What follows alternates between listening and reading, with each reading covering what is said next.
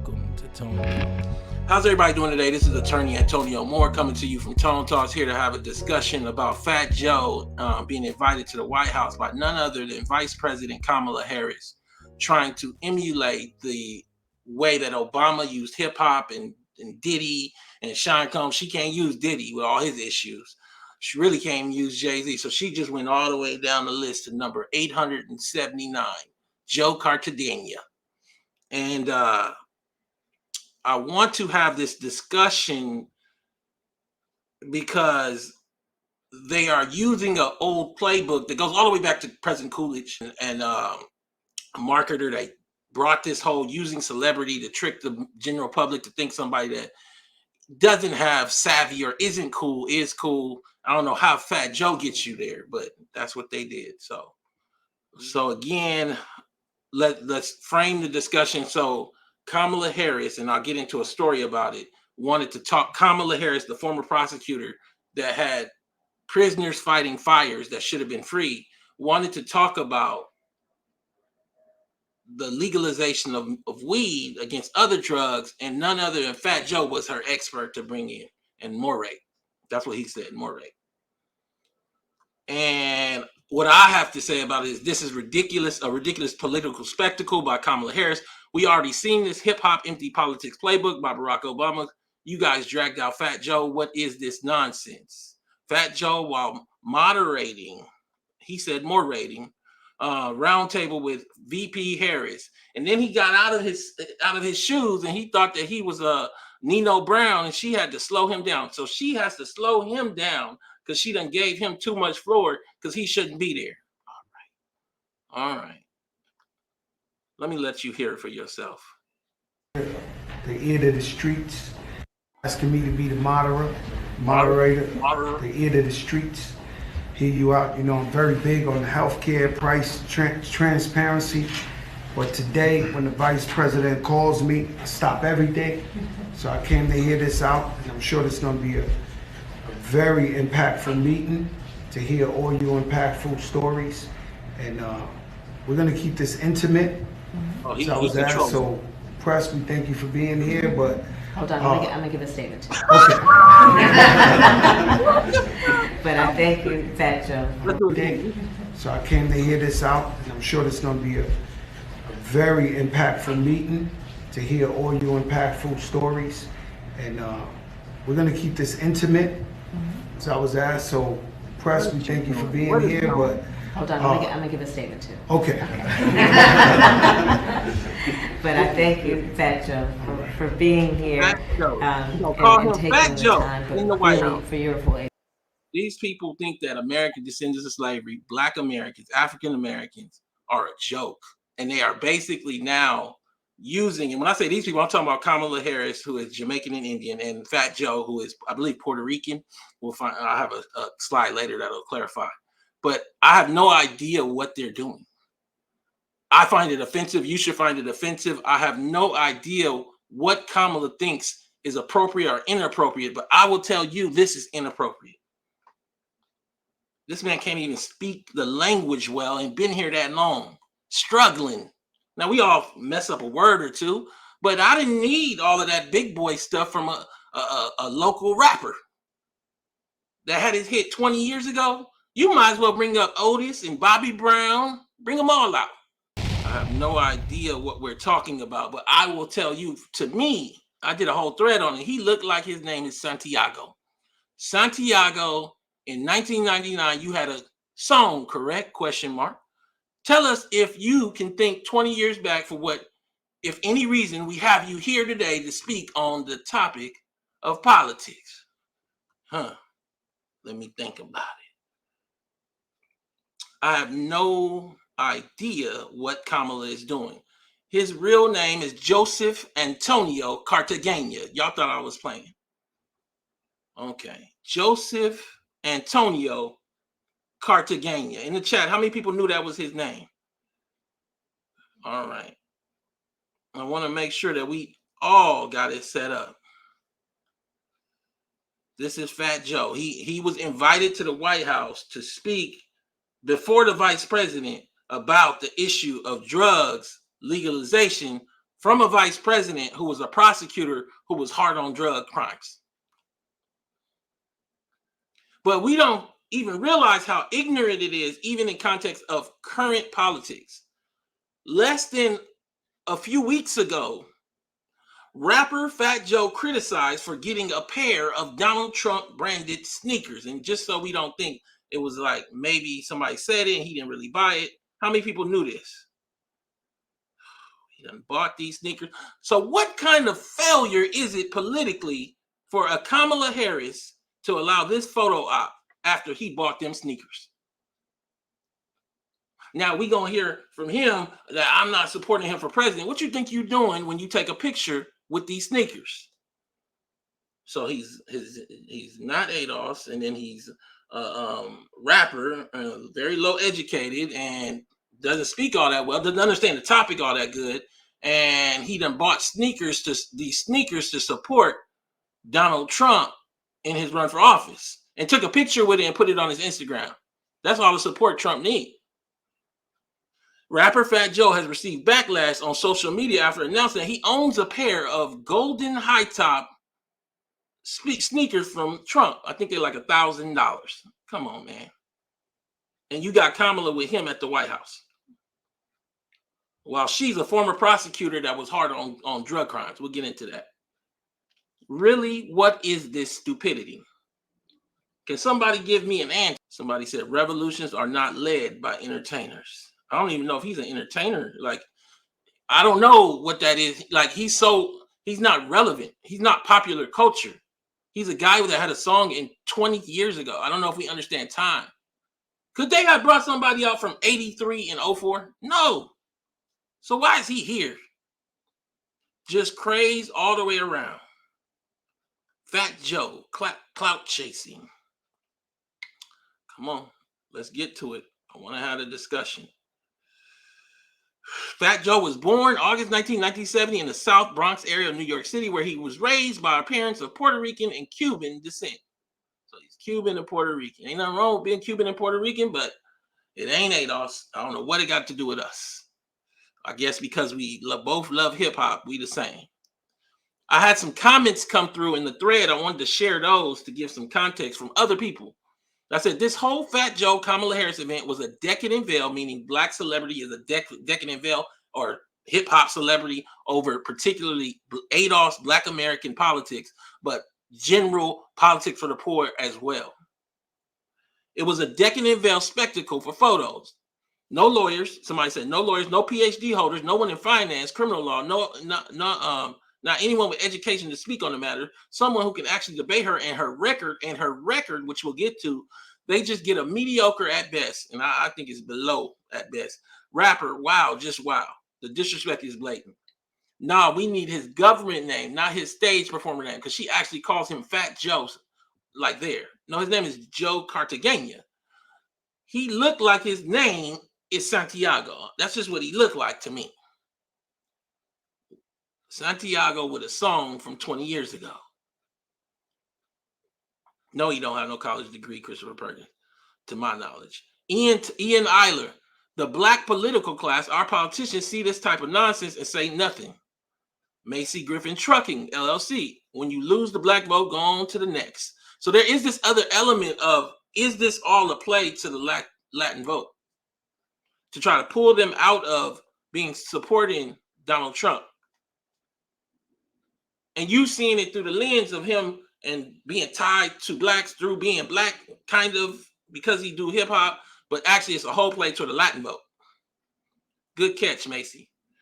Lukeman Taylor says she ain't even sounding right saying Fat Joe. Never mind that this was supposed to be a serious discussion and that introducing himself and Harris introducing him by his government name should have been the proper protocol. All of those are good comments, great comments. Again, we're talking about this. Let me play it one more time just so everybody can hear it.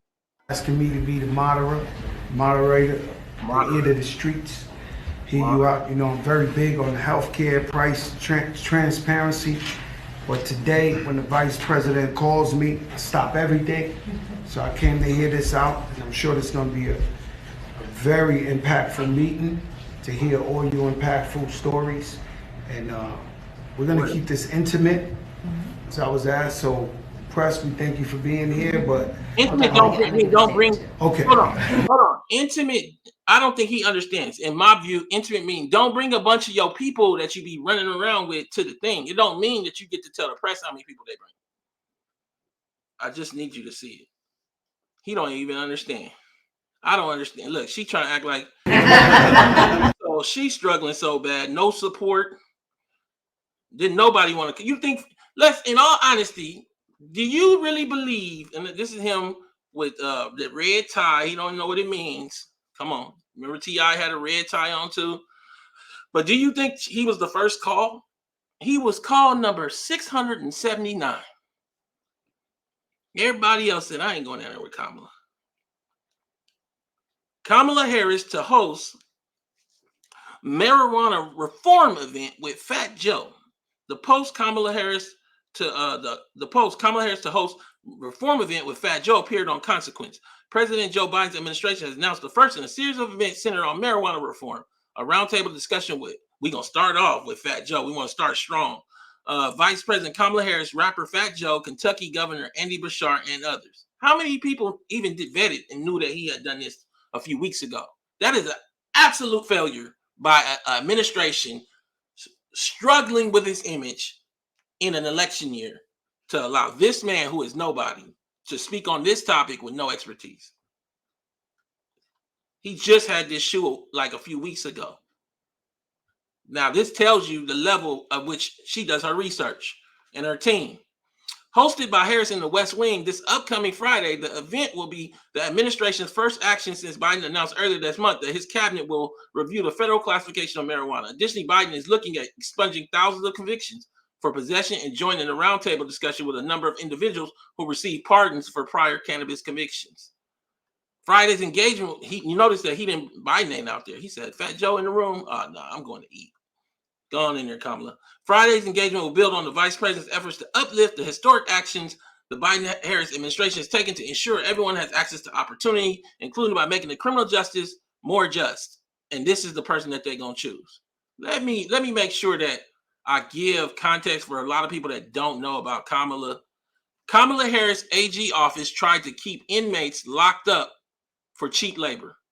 Not only that, they noted draining the prisons of minimum custody inmates would deplete the labor force, both internally and in local communities where low-level nonviolent offenders work for pennies on the dollar collecting trash and tending to city parks. They also fought fires. So the woman who was behind, and I got a black woman I interviewed 4 or 5 years ago, Sheree Peoples, who was arrested for truancy. Her daughter was sick, and Kamala had instituted policy to arrest the mothers. Particularly, it came down on Black and Latino women, but to arrest mothers for truancy. And her kid wasn't truant; she was sick and in the hospital. And they came to her door and knocked on her door. Oh, you don't have to take my word for it. They got a picture, and you don't have to take my word for it. I'll let her speak to it herself. And it was Kamala's office at Kamala's decision. No apologies never happened. You know, the whole thing that really disturbed me is that she lied. The whole entire time that she started the circuit, when she first announced her presidency last year or so, she lied when she was asked about the truancy. Like, people have to understand 10% of time is not a lie. It's only 3 days. It isn't. It's only 3 days of the school year. So, and it doesn't matter. My daughter was protected under her 504. She was supposed to be protected under these governing laws, and they still came and took me to jail. Had it as if photographers was there. I mean, it looked as if I killed somebody. And that's how it made me feel, like I was Jeffrey Dahmer. Like, what did I do? Because I had everything in place in which they tell me how to do. And how can they go around and smack me in the back literally 2 weeks after I had meetings with the school? Because technically on record, they had her missing like 40 something days. I had to take them to court regarding those days to have them fix her record. 12 days after I had that meeting is when they submitted my name to the DA. So they knew exactly what they were doing. I wasn't aware of the truancy situation. I knew about the letters. I was calling the principal. I was always active. I was an active parent from day one, showing documents, showing everything that is required when you have a sick child. I knew my daughter was sick. It wasn't no question. She was born with the condition.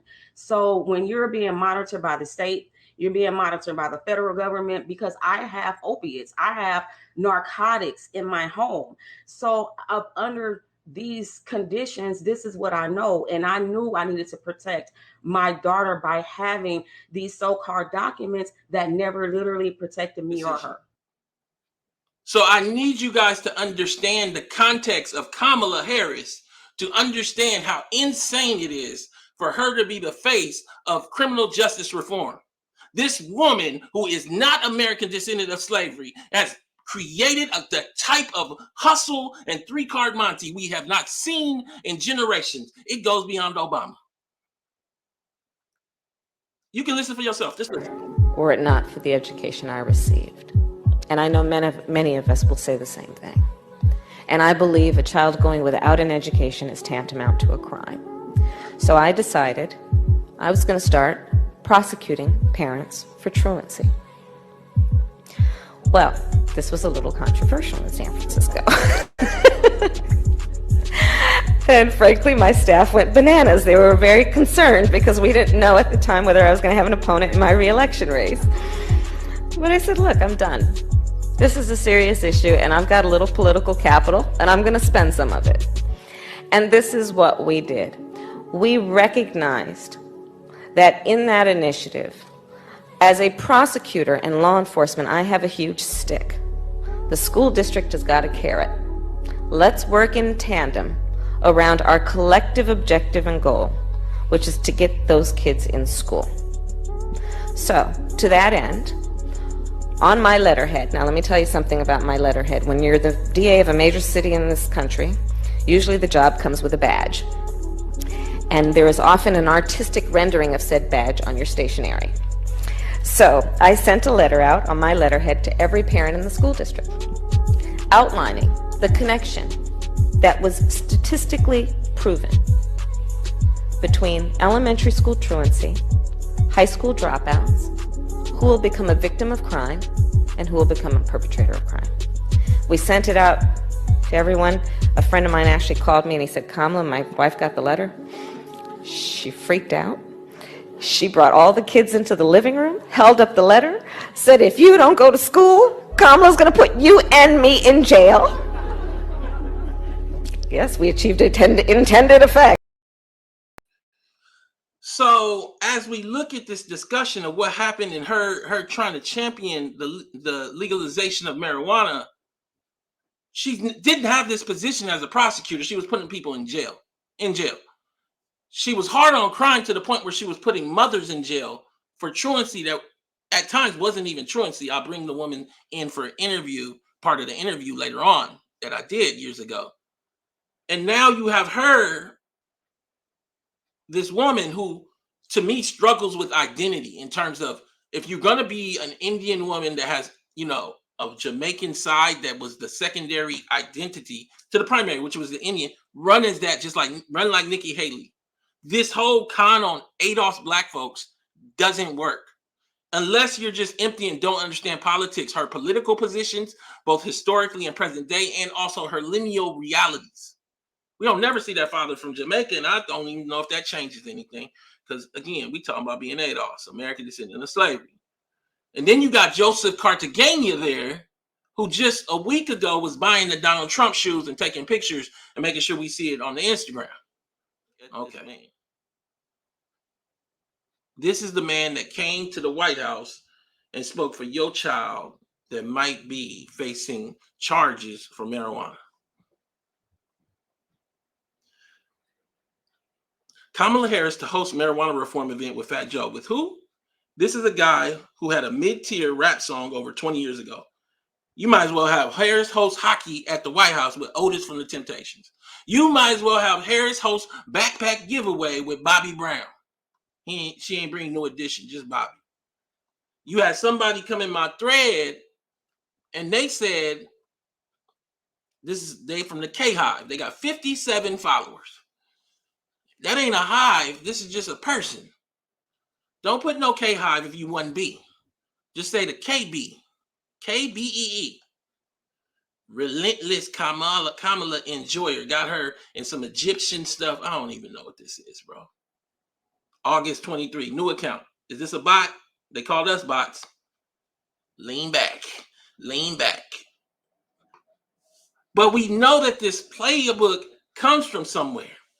We had Obama do the same thing. This is the same way Obama played Black America with the hip hop people he brought for nothing. And they came down there and stood there. But it goes all the way back to this, and you got to watch the documentary called Century of Self. This marketer comes up with a strategy to make President Coolidge have more support from Americans by bringing celebrities for the first time to the White House. It's in the clip. You can go find it on my page. I shared it. And that is the nexus of this. So you have a Kamala that does not have support, that is unpopular. I'll read that in a second. And what you're going to do is take a Fat Joe from 2014, 2004, and smear him on top of her as the answer and a cover or beard for her lack of popularity. Who thought this up? The same Fat Joe that had the Donald Trump shoe a week ago. With the painted beard thing that he be having. And if it ain't painted, it look painted. Hey, a recent poll by NBC found that 49% of registered voters have a negative view of Kamala Harris, while 32% have a positive outlook. That's a very low number to have a positive outlook. Why is Kamala Harris so unpopular?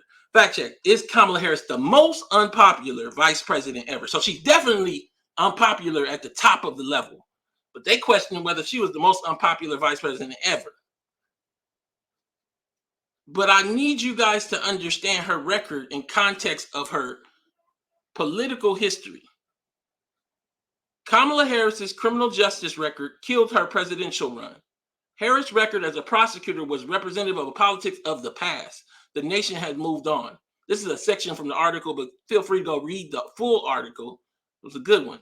But Harris fell behind the curve over the past 15 years as the nation's sense of the scope and moral urgency of needed reforms to the criminal legal system, and especially to the role of elected prosecutors, shifted dramatically. As I understand it, in San Francisco, she ran to the right of a white man. That's how she won. But in addition, you're now having somebody who had a hard on crime stance champion progressive policy reform on criminal justice. It don't make no sense. And the lens that allows her to do it is simply because she looks like an ADOS woman. You couldn't do this as a white man that was a hard on crime prosecutor. It don't make no sense. It don't make no sense for her to be sitting up there just as much as Fat Joe down there. She was a junior senator. She was not qualified to be vice president. In my view, I watched it happen in real time and said it before it happened. You can check the videos that South Carolina was going to split. Joe Biden was running behind. And there was a brokered deal, it appears, between Clyburn and then Biden, and then a promise that she would be VP to get her up out of there so he could win South Carolina, meaning Biden, and then come out of South Carolina with a stronger stance as he went around the turn. Had he split the vote, the black vote in South Carolina, and I don't know how she gets to broker the black vote, the ADOS black vote in South Carolina. She's Jamaican and Indian. What does that got to do? This is the problem with flat blackness.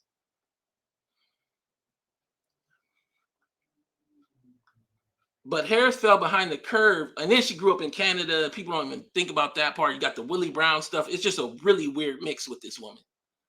And for a focused part, she has a horrible history on criminal justice, and now is championing criminal justice. But Harris fell behind the curve over the past 15 years as the nation's sense of the scope and moral urgency of needed reform to the criminal legal system, and especially to the role of elected prosecutors, shifted dramatically. The shift revealed that Harris's brand of progressive prosecution was really just slightly less awful prosecution, a politics and a set of policies that still meant being complicit in securing America's position as the world's leading jailer.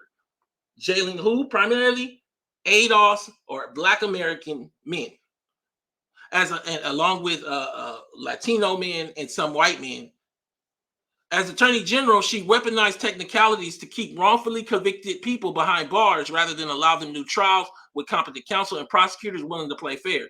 One of them, Kevin Cooper, is on death row. Another, George Gage, will die in prison without intervention from the governor. In both cases, Harris had the power to change the outcome. She could have demanded DNA testing. In Cooper's case, she refused. She could have conceded Gage's conviction was based on the prosecutor's decision to suppress evidence that devastated the credibility of the sole witness against him. She did not. This woman is here today on the backs of being or looking like Adolf, like a Claire Huxtable, a Black American woman with a core politics that played to the right. She is the representation of what you get when you have empty politics and no idea how to hold somebody accountable. She should not be here.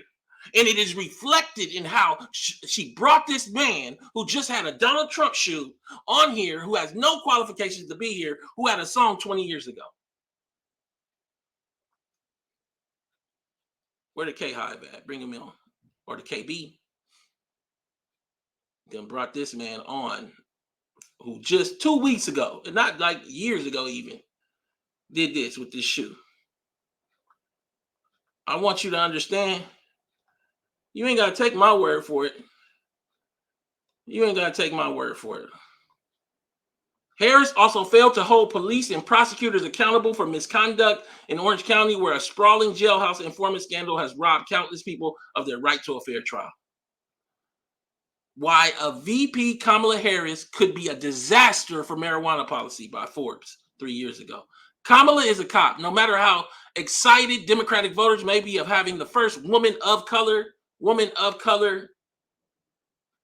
not an ADOS woman, on a presidential ticket. And no matter how liberal her Senate voting record may be, there's no escaping the fact that Senator Harris built her political career on her record as a prosecutor.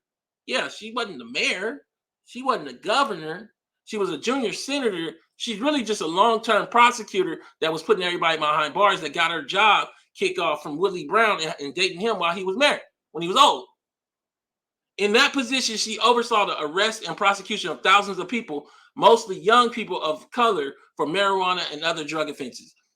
These critics, and you can read the whole article again on Forbes, why a VP Kamala Harris could be a disaster for marijuana policy, and now you got her championing it. Can we talk? Support the channel. And if you want to call in, the call-in's there.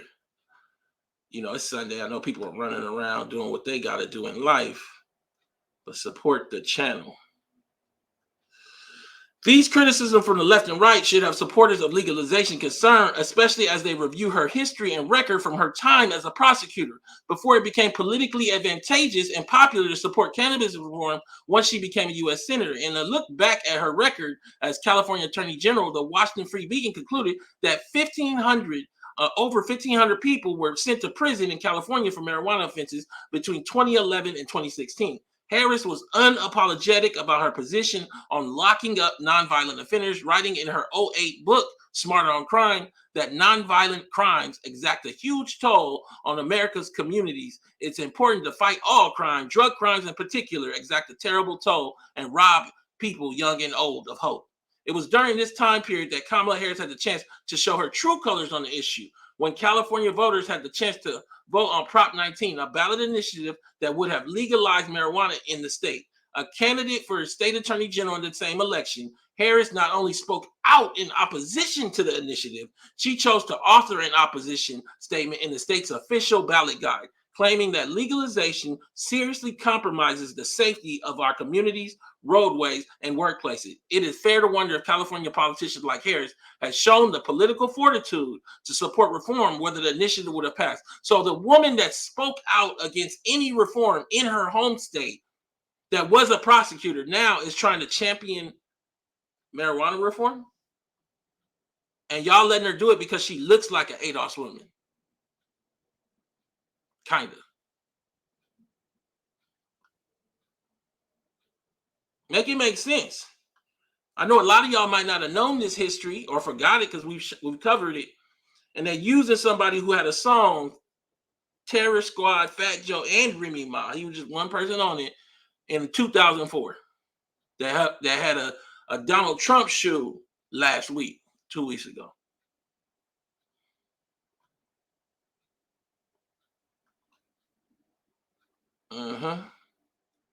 Please support the channel. Please also support my Patreon or my Cash App. A lot of these type of videos don't get monetized or don't get monetized well. Please support the Patreon or the Cash App Tone Toss, because that's how I bring these shows, and I get cameras and the calls are up and different things of the sort. I know it's a Sunday and I'm coming earlier than I said I would, so it's probably throwing a few people off, but we got a good chunk of people, about 1,000 people in here, and we having a discussion we need to have on Sunday. Like the video, subscribe, donate, and share. Please donate. We just read this article. And then we come to this: the human cost of Kamala Harris's war on truancy.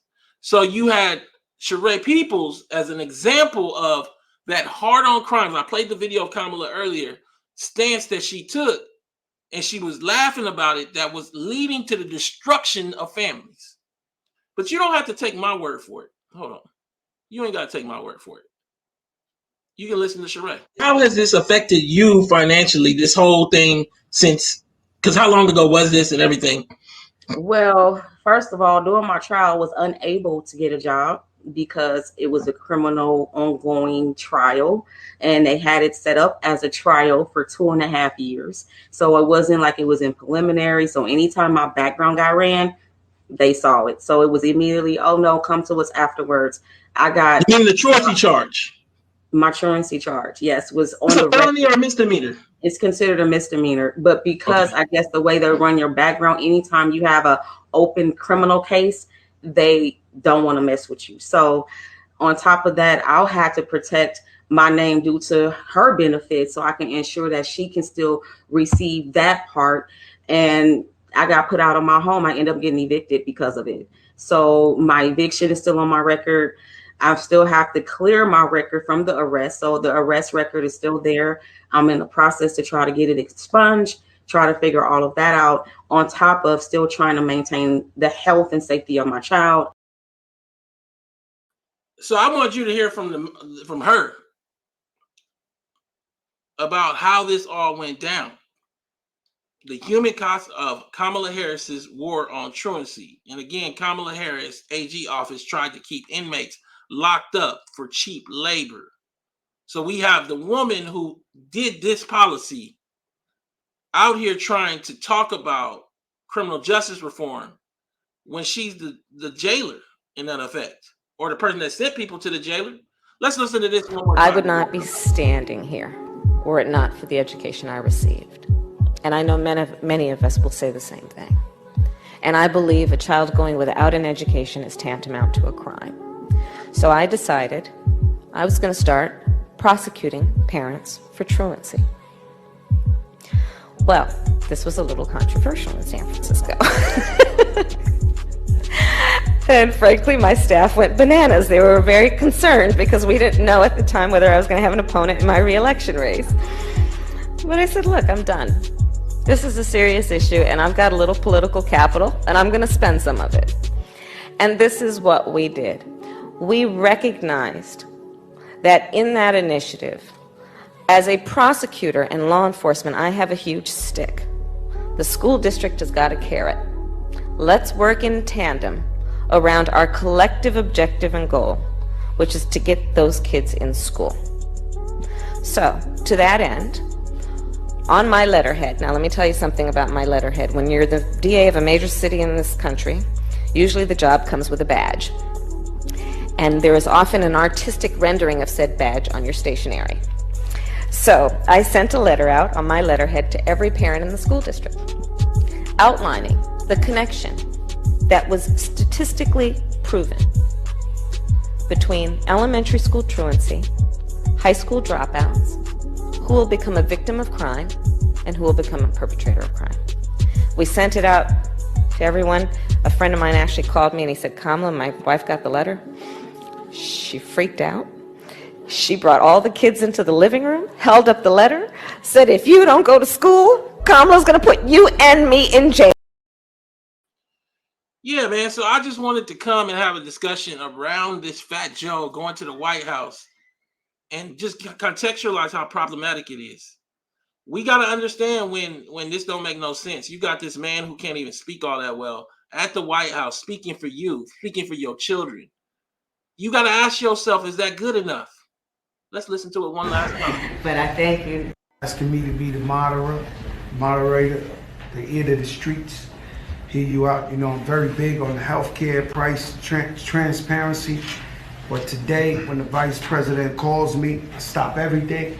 So I came to hear this out, and I'm sure this is going to be a very impactful meeting to hear all your impactful stories.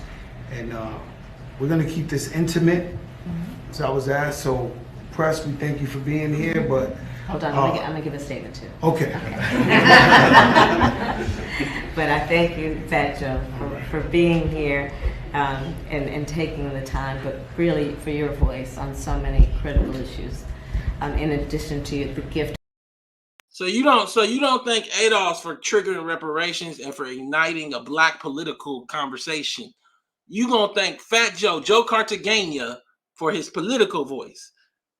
But again, this is the same guy who only a few weeks earlier showed that this is his political voice. I have no idea what Kamala represents. I have no idea if Kamala understands basic politics in terms of what's appropriate and not appropriate. I know that Kamala made her bones off of locking people up, in particular, locking people up for drugs. And now you cannot allow her to be used to champion drug reform. This is Tone Talks. Please go to tonetalks.net, subscribe, donate, and share. And I want to hear from you. I want to hear your opinion. Thank you.